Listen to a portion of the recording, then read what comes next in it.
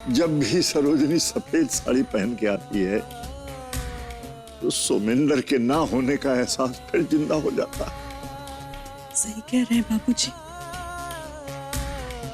सरोजनी को सफेद कपड़ों में देखते हैं तो ऐसा लगता है जैसे उसने दुख और मातम का साया ओढ़ रखा है। नहीं अम्मा जी, हम नहीं कहेंगे अपनी सरोजनी बिटिया को सफेद साड़ी पहनने को। हमारी बात तो कोई समझना ही नहीं चाहता, और जो समझना चाहता है उसे आप समझने न देते। सर चढ़ा के रखा है उसे, ये जानते हुए कि आपके पोता को जीते जी निकल गई है वो। काम का सारा गुस्सा हम पर निकालते हैं। देखिए, घर वालों को सिर्फ लाभ से मतलब नहीं होता, वो हमेशा आपका भला ही सोचेंगे। हम आपसे फिर से कहते हैं कि आप अपनी जितनी भी परेशानी, दिक्कत जो भी है घर वालों को बता दीजिए, नहीं तो दिक्कत घटने की बजाय और बढ़ जाएगी। खबरदार, खबरदार अगर ये बात घर के किसी भी सदस्य को बताई तुमने, समझ गई? और सुनो, सरोजनी को कानों कान खबर ना होनी चाहिए ये बात की, का घाटा का प्रॉफिट का हो रहा है, समझ गई ना? नहीं बोलो हाँ, पता नहीं चलेगा, हम नहीं बताएंगे। बोलो बोलो। ठीक है, नहीं बताएंगे। हाँ। अरे इतना आसान होता है क्या स्कूल खुलना? लोग हंसेंगे जब ये लोगों को पता चलेगा ना कि ऐसे ऐसी बातें हम सोच रहे हैं, समझ गए ना?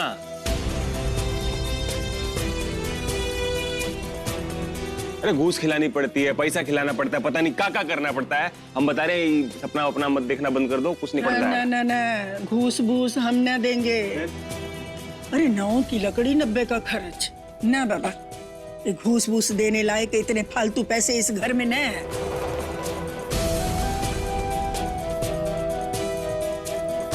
होना हवाना कुछ है ना, ऐसे बाद में हाथ मलते रह जाए। दादी, घूस तो मैं भी एक पैसे की नहीं दूंगी, लेकिन मैंने एक बात तय कर ली, एक ना एक दिन ये स्कूल जरूर शुरू करके रहूंगी मैं। वाह बिटिया वाह, ये बात हम तुम्हारे मुंह से सुनना चाहते थे। बिना उम्मीद की भी तुम ही हो जो उम्मीद कर सकती है। हमको गर्व है तुम पर। सही कर रही हो तुम।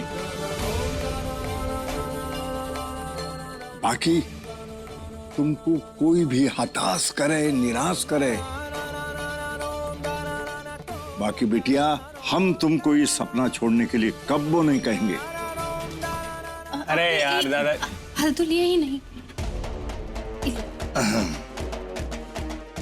ये सिर्फ काहे?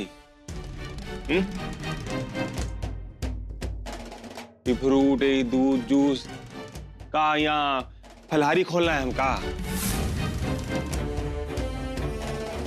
तुमको पता है ना कितनी मुश्किल से कमाते हैं हम पैसा है? इतनी कीमती चीजें खानी जरूरी है का? अन्न से आप लोगों का पेट ना भरता है? हम यहाँ कमा कमा के थक गए साले, तुम खा खा के नहीं थके यार? हद तो गई। क्या बोले, हटाओ को यहाँ से। चुप चुप चुप, नालायक कहीं का। अरे जब मुफ्त में खाना मिलता था तो तुम्हारी जुबान गले के नीचे रहती थी, समझे? चारा भूसा चोरी करके पकौड़ा चाय खाते थे तुम, और अब 3 महीने से तुम बहुत बड़ा हो गए हो। तुम्हारी जबान गज भर की हो गई है। बेवकूफ कहीं का, बड़ा कमाऊ पूत हो गया है ये, बिल्कुल अपने बाप के जैसा। आपको पता है पैसा कैसे कमाते हैं? नहीं बताओ ना कैसे कमाते हैं? आपको पता है हम पैसा कमाने के लिए क्या करते हैं? कितनी मेहनत करनी पड़ती है, जिससे मिलना ना चाहते उससे भी का समझाएं आपको? है पता क्या है? आप हमसे बड़े हैं, समझदार हैं, हमको पता है, और आपको समझाएंगे ना, आप समझ भी जाएंगे, लेकिन आप समझना ना चाहते। इसलिए बंद करके ना ठूसिए आराम से, खाना जो खाना है आपको खाइए। शांत हो जाइए भास्कर भाई, अब आ गया है तो क्या कर सकते हैं। आगे से मैं इस चीज का ध्यान रखूंगी।